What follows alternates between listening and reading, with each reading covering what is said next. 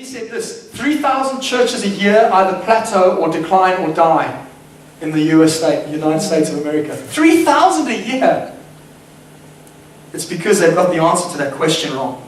They think that the church is here for them, and it's not. And I've said to you before, and I said this in a joking way, the first Sunday I preached on God Change, or maybe it was when I started this series. For me, I think if we stay this size, if we get a lot smaller, then things will change. But whether we stay 50 or 200 or 250, my salary is probably going to be very similar to what it is. So it makes no difference to me, really, whether it grows or not.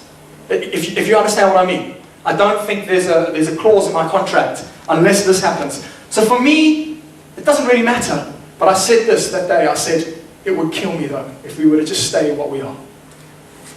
It would kill me.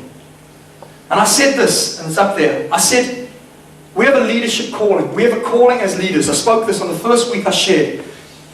Someone once said that if you're not aiming for anything, you'll definitely hit it. If you're not aiming for anything, you'll definitely hit it. But I assure you, that's not our motto as a leadership. We are aiming for something.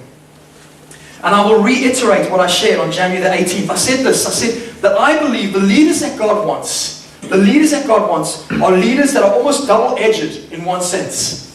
And what I mentioned was that they need to be pastoral. They need to have a pastoral heart, like the heart of Jesus, who when he saw the masses without knowing him, his heart was moved with compassion. The compassion that took him to the cross, the pastoral heart that God has, we need to have that heart. But we also need to have, and I shared this from Zechariah and Hosea, that Zechariah and another book, that we need to have a dynamic, visional aspect of who we are. We mustn't just be pastoral and not care about what's changing. We need to be thinking, how as a church do we engage in a culture that's constantly changing around us and still be the church we need to be and still love the way we need to love?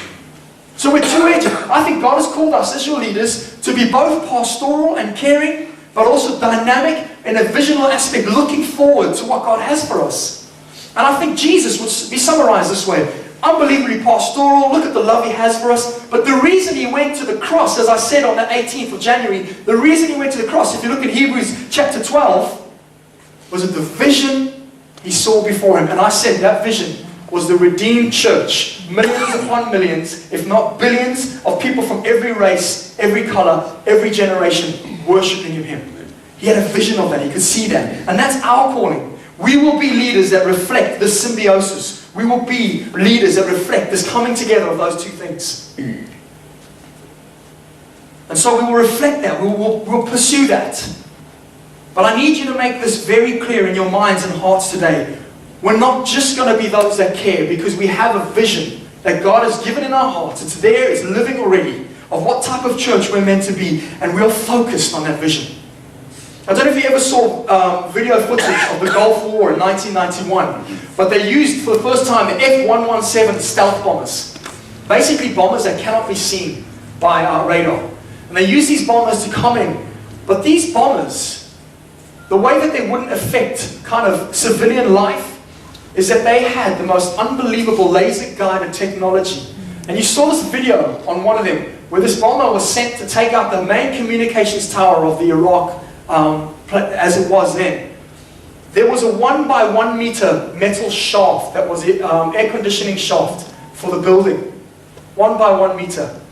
And from about 300 meters in the air, they just laser-guided missile just went straight down the middle of that shaft and took out this communications tower. That's the type of focus we're going to have as a leadership. We are focused on what God has called us to. We will never become what we're meant to be. We will never become what God is focusing our hearts on as a leadership if we don't know who we are. Imagine a cheetah thinking it was a lion. Lions, for some unknown reason, and I spent 14 months of my life kind of involved in this scene when I was a professional guide in Zimbabwe. Lions, for some unknown reason, their favorite meat is buffalo. Do you want to know the hardest animal in Africa, aside from the elephant, to pull down? Buffalo. Imagine a cheetah thought it was a lion. You've got this tiny little 110-pound cat trying to bring down a 2-ton animal. It doesn't work. Fortunately, in its DNA, in its very genetic structure, it knows that it can run 120 kilometers an hour. And so it chases little prancy things that run 110 kilometers an hour, because that means it can catch up. And because it's a little smaller, bam, down it goes. But if you saw a 120 kilometer an hour cheetah running into the back of a buffalo, it's just going to be this snub-nosed dog. Or like this little cat. You know those dogs, it looks like they've been running into the back of park buses. Another way to see it is all the grown men today who think they're boys. Yeah, there's a lot of them. Yeah. I could go off, I'm not going to. We will never become who we're meant to be if we don't know who we are. A cheetah is not meant to be a lion, so it does what cheetahs do, because cheetahs have in their very DNA that they run fast and they tackle smaller prey. And these are what all these values have been about. I'm getting somewhere with what I'm sharing today. All these values that we've been talking about are about identity. Okay? We have a vision that God has given us as this church. And you may say, right now, what is that vision, Simon? Tell us. What is that vision? Okay? I will tell you, Greg. I can't give you the exact detail. Vision to me is a picture of what we will be in 5 years' time. What will this church be like? And it's a picture, and it's a beautifully spoken, invigorating, enthusing, inspiring picture of where God is taking us. And we don't have those exact details, but I will tell you 3 points. 3 definite things that we are going to be as a church. And that's this. We will be a multiplying church, because I believe one big church can become a parasite and lose itself in maintaining its own success. Let me say that again. One big church can become so focused on maintaining the thing that it is, building expenses, da-da-da-da-da-da-da. I've been part of a church that spent $3.5 million just on their audio-visual equipment, $16.5 million building. They're still paying off their debt. Most of their tithe goes towards payment of debt.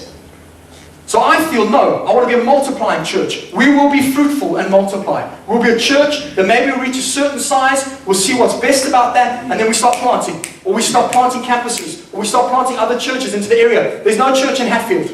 No New Frontiers church in Hatfield. I don't know what there is beyond that, but we need to start thinking. So we'll be a multiplying church. We'll be a disciple-producing church. Numbers will not be what defines us. We will be a disciple-producing church. Size will always be secondary to depth. Did you hear that phrase? For me and for us as a leadership, please listen to me this morning. Size will always be secondary to depth. It's not number of people, it's depth of people that we're after. Am I right, Andy? Yeah. Thank you. Amen. And we will be a city-serving church. Okay? We're not here for ourselves. We're not here to hide. We are here to implement the gospel. The man who said that we should be a faithful, present witness within, Timothy Keller, who we went to listen to 3 weeks ago, has another phrase. He says, would the city miss you if you left? I'm going to tell you right now, it'd make no difference to Watford if we died. I'm just going to say it. Thank you, Lord. Not we as individuals. Don't say thank you, Lord, Tommy. It's not a good thing. This is a bad thing. We as a church, if we just stopped existing, would the city miss us? I want to become a church that if we were to leave, the city would miss us. Multiplying church, a disciple-producing church, and a city-serving church. The only way, though, here's the next step. We said, values helps you know who you are. Vision is where we're going. What does God call us to be? But the only way you accomplish vision is by having a mission. What are we going to do to get to that place? How do we make that vision that's just a picture of the future, how do we make that a reality? Not just a dream, but something real. And that's called mission. You know what our mission is going to be? We want to form authentic, visible, beautiful disciples that engage culture. That's not going to be the final wording, but our heart is that we will make disciples of Jesus Christ that are authentic. So they're not saying one thing inside there and living another life at home.